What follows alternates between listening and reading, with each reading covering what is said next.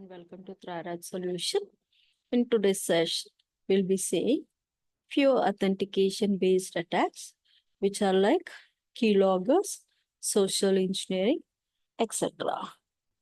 So in the last session, we have seen some authentication-based attacks. Let's see few more. Something like keylogging and social engineering. So what is keylogging? Keylogging involves malicious software that logs keystrokes. Using the keylogger, an attacker can log user's name and password combination, which can then be used for credential stuffing attacks. A common attack at internet cafe or anywhere you use a shared computer for access. To prevent keylogging, do not install untrusted software and use repeatable virus scanning software. For example, suppose a bad actor installs a box or device over the card reader and a keypad at an ATM. When you insert your card, it passes first through the bad actor's card reader, capturing the card details before feeding it into the ATM's card reader. Now, when you key in your PIN using the bad actor's keypad, they get your PIN as well. Now, let's see what is social engineering. Social engineering, it involves an attempt to get people to reveal information or complete an action to enable an attack. A number of social engineering techniques can be used for authentication theft, including phishing, pretexting. Let's see what is phishing.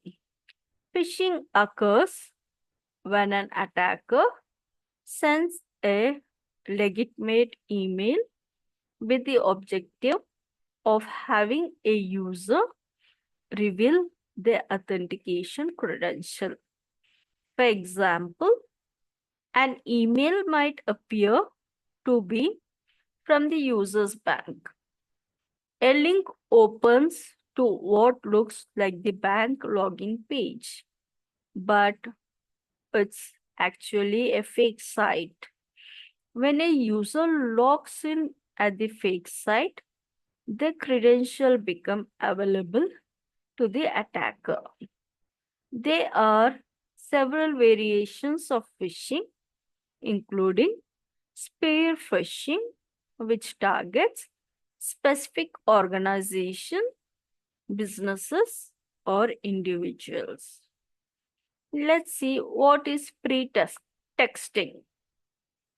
Pretexting is a method where an attacker gains the victim's trust and convince them to divulge secure information. This can then be used to steal their identity. Example, a hacker might call you pretending to be from the bank and ask for your password to verify your identity. The other example, when you approach using some social medias, you might get asked to complete a survey or a quiz where they ask random and innocent questions where you reveal personal facts and you will get something that looks fun, but making the name for your fantasy pop-up band by using the name of your first pet and the place you were born. Thank you all. Let's see you in the next session with the other topic. Thank you.